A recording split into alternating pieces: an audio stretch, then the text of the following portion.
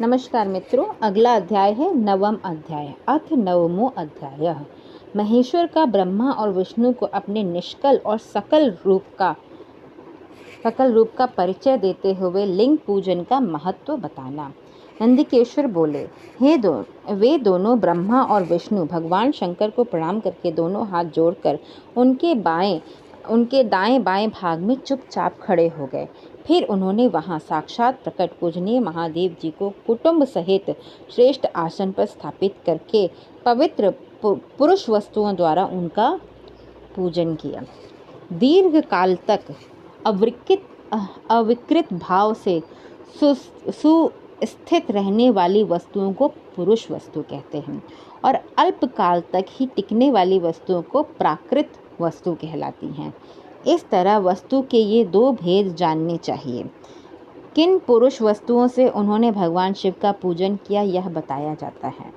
हार, नुपुर, केयूर, किरीट, मणिमय कुंडल, यज्ञोपवीत, उत्तरीय वस्त्र, पुष्पमाला, रेशमी वस्त्र, हार, मुद्रिका, अंगूठी, पुष्प, तांबुल, कपूर, चंदन एवं अगरू का अनुलेप, धूप, दीप, श्वेत छत्र, व्यंजन, ध्वजा, चंबर तथा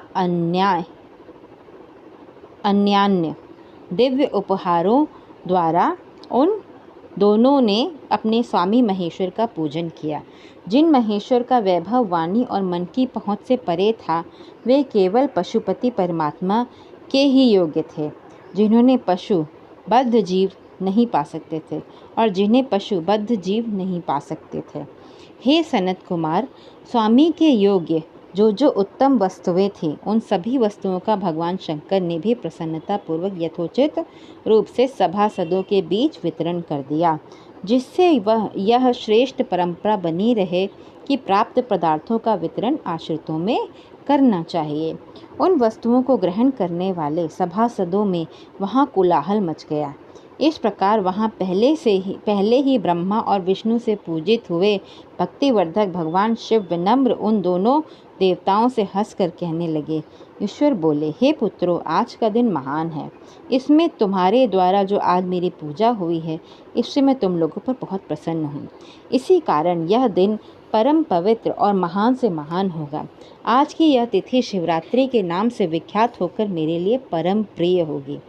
इस समय जो मेरे लिंग, निष्कल अंग, आकृति से रहित निराकार स्वरूप के प्रतीक और बेर सकल साकार स्वरूप के प्रतीक विग्रह की पूजा करेगा, वह पुरुष जगत के सृष्टि और पालन आदि कार्य भी कर सकता है।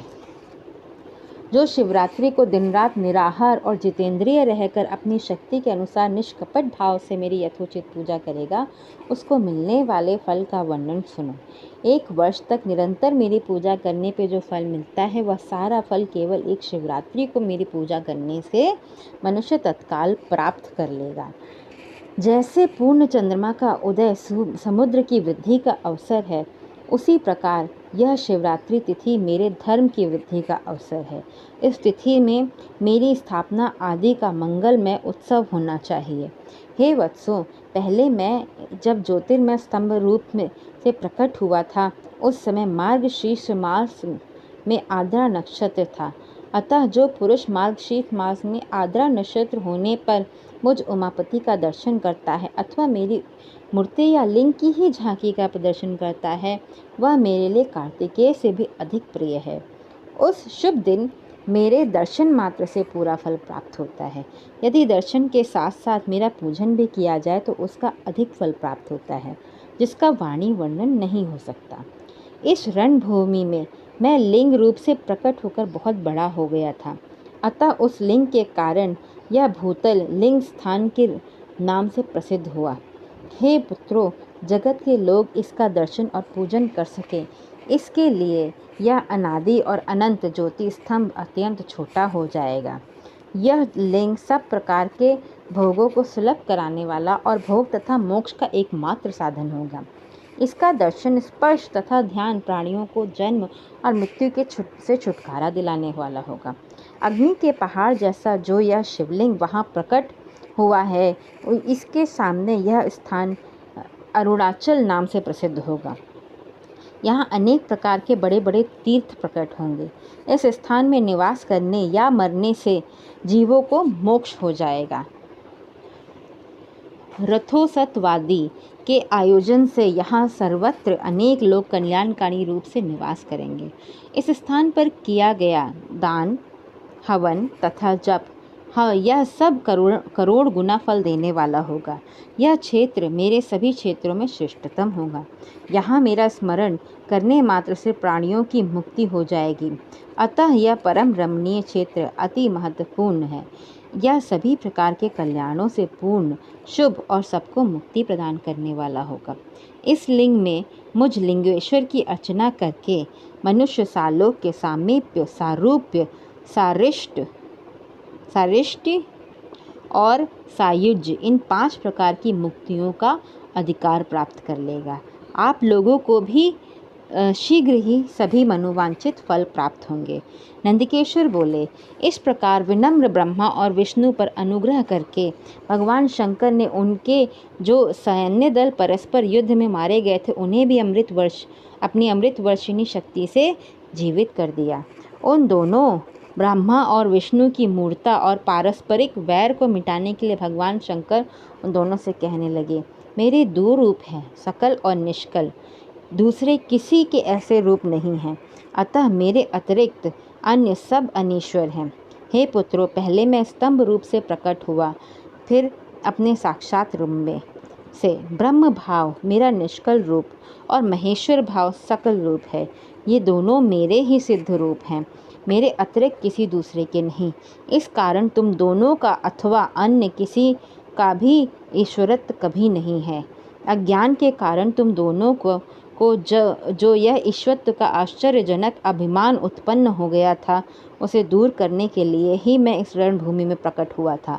उस अपने अभिमान को छोड़ दो और मुझ परमेश्वर में अपनी बुद्धि स्थिर करो। मेरे अनुग्रह से ही सभी लोकों में सब कुछ प्रकाशित होता है। इस गूढ़ ब्रह्म तत्व को तुम्हारे प्रति प्रेम होने के कारण मैं बता रहा हूँ। मैं ही पर ब्रह्म हूँ। कल सगुण और अकल निर्गुण, कल और अकल सगुण और निर्गुण, ये दोनों मेरे ही रूप हैं। मेरा स्वरूप ब्रह्म रूप होने के कारण मैं ईश्वर भी हूँ। जीवों पर अनुग्रह आदि करना मेरा कार्य है। हे ब्रह्मा और केशव, सबसे बृहत और जगत की वृद्धि करने वाला होने के कारण मैं ब्रह्म हूँ। हे पुत्रों, सर्वत्र समरूप से स्थित और व्यापक होने से मैं ही सबका आत्मा हूँ, मैं ही सबकी आत्मा हूँ। अन्य सभी जीव अनात्मक रूप से अनात्म रूप हैं, इसमें संदेह नहीं है। सर्ग से लेकर अनुग्रह तक आत्मा या ईश्वर से भिन्न जो जगत संबंधी 5 कृत्य हैं, वो सदा मेरे ही हैं, मेरे अतिरिक्त दूसरे किसी के नहीं, क्योंकि मैं ही सबका ईश्वर हूँ। पहले मेरी ब्रह्म रूपता का बोध कराने के लिए निष्कल लिंग प्रकट हुआ, फिर तुम दोनों को अज्ञात ईश्वर का स्पष्ट साक्षात्कार कराने के लिए मैं साक्षात जगदीश्वर ही सकल रूप में तत्काल प्रकट हो गया। अतः मुझ में जो ईश्वरत्व है उसे ही मेरा सकल रूप जानना चाहिए, तथा जो यह मेरा निष्कल स्तंभ है, यह मेरे ब्रह्म स्वरूप का बोध कराने वाला है। हे पुत्रों, लिंग लक्षण युक्त होने के कारण मेरा ही लिंग चिन्ह है। तुम दोनों को प्रतिदिन यहाँ रहकर इसका पूजन करना चाहिए। यह मेरा ही स्वरूप है और मेरे सामीप्य की प्राप्ति करने वाला है। लिंग और लिंगी में नित्य अभेद होने के कारण मेरे इस लिंग का महान पुरुषों को भी पूजन करना चाहिए। हे वत्सो, जहाँ जहाँ जिस किसी ने मेरे लिंग को स्थापित कर लिया, वहाँ मैं अप्रतिष्ठित होने पर भी प्रतिष्ठित हो जाऊँगा।